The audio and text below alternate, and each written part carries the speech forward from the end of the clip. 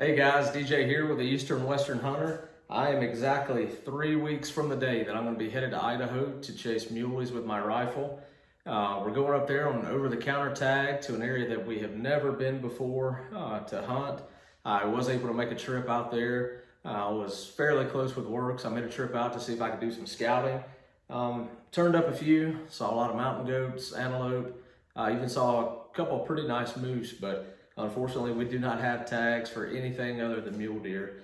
But today I'm going to be doing a review on my mess kit. It's not your usual Jetboil that a lot of guys like to use. It's a little bit heavy, but it's something that I really have grown to enjoy.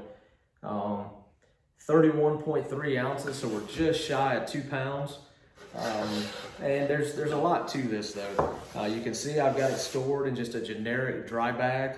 It's something I like to do with a lot of my small gear. One for organization and two for the obvious is because it will keep this thing dry. If I happen to go down into a stream, if I fall in a river, if it's early season and I'm hunting southern Utah, then and I get one of those monsoons that are known to blow in, this is going to keep all my stuff dry for me. I like the bright colored bags as opposed to a lot of the pull-out bags you can get from some of the backpacking companies because at night, when I'm in the tent after a long day of hiking or glassing or stalking deer, I like to be able to just open that bag up and I know immediately the orange bag is going to be my mess kit. I know that the blue bag is going to be my possibles, the red is going to be my first aid, and the yellow will be my food. The bright colors really pop in the headlamp, so it makes it super easy to find, especially if you've got a few things scattered inside the tent. Kind of got that thing in full yard sale mode about day 5 of the hunt. But diving into this thing, just a standard can of fuel. This is Jetboil brand. I am not brand loyal when it comes to fuel, to be honest. I usually will buy it wherever I can get it the cheapest. Only cooking dinner and warming up coffee in the mornings. One of these is plenty sufficient for me for a week. Moving on to my actual burner here, I am not familiar with the brand of this. I had a Jetboil quit on me in the field. I was in northern Utah, so I made a trip to a local mom and pop hardware / hunting store and picked this thing up. I think they had it for like $22. And that, again, that's been probably 7 or 8 years ago. If anybody happens to know what the brand of this stove is, please drop it in the comments, or if you have any ideas. It looks very similar to the MSR Pocket Rocket, but there are no brand markings, there's no names, anything on here. I like it because it's super simple. It's got a pretty big footprint for setting my pot on to boil water, and it's very simple to assemble. You simply just screw that on till you hear it make the seal, and you're done. Yeah, all right, moving on here. This is where you get into some of your weight with my mess kit. This is actually a 2-person mess kit. It is by GSI Outdoors, and this is their Micro Duelist. I like it because it's very sturdy construction. The pot itself isn't all that terribly heavy. But it's got a few features that I really like. The first one being that the handle folds up over the top of everything to keep it nice and solid while you're packing. When you fold that thing down, it locks into place. It's plenty sturdy enough for having this thing full of water to boil, or if you're melting snow. Another thing I really like, and it's very rudimentary, very simple, but it's the small tab here on the lid. If I turn that over, you guys can kind of see. A lot of times when I'm hunting late season, if my hands are super cold and stiff, my fingers may have a little bit of numbness to them. I don't have the best dexterity in the world, so it may be tough for me to reach down and get this lid off without grabbing the pot or something else and burning myself without knowing it. So it's nice to be able to just take my pocket knife and flip this little tab up and grab that tab. It's got some grooves kind of machined into it for a grip. And I can just set this off to the side.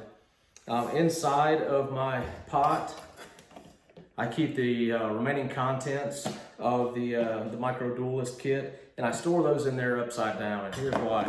When I'm sitting there, kind of got my kitchen set up inside the tent or wherever I'm glassing, I can turn it over and dump out the contents. And the reason it's upside down is because these little lids, which this one's on pretty good, but these little lids do not snap on the greatest. So if I open this thing up and I go to pour out these two bowls, I'm gonna wind up dumping the stuff out of the bowls. I'll set this aside for just a moment and we'll go over this one. These actually do come apart. So one bowl will turn into a standard bowl and a bowl with a sleeve on it. And one thing I really like about these, because I do dehydrate my own food, is the insides of these bowls. I know you guys probably can't see it, but they are marked. There are levels in there for numerically for how many cups of fluid are in there. Because with my meals, I know about to the half cup exactly how much water I do need to add to those to rehydrate them. So putting that back together and getting the lid off. Inside there are 2 spoons that come with the Micro Duelist kit. They are not the most sturdy in the world. You know, if you were gonna look at getting this kit, may not be the worst idea to maybe get a little heavier duty, maybe some sort of stainless spork or ultralight backpacking fork of some sorts. I haven't had any trouble with these yet. I don't use them for anything really heavy duty. Most of the time when I'm stirring up my dehydrated meal, I use some sort of green sapling or small stick anyway. But these break right down and can be stored inside of the bowls. And the other 2 things, of course, that I carry are gonna be a lighter for firing up the burner. And this little jewel here, this is an MSR brand salt and pepper shaker. You just flip the cap and you can access either one of those very easily. I do like to take salt with me just because of the electrolytes and the fluids that my body is pushing out every day, being at altitude and hiking. I'm always craving salt. And a lot of times I'll even take a few little extra salt packets in with my snacks and things such as that, just to kind of kill that salt craving and put a little bit of sodium back into my body.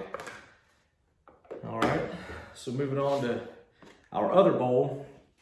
When I break these down, oftentimes I'll use, say, just the orange bowl for my coffees, and maybe just the blue bowl for my fruit flavored or sweet flavored rehydration supplements, or anything such as that, because oftentimes it seems that this plastic will hang on to the flavor of whatever was in there last, which is why I'll kind of dictate which bowl I use for what type of drink.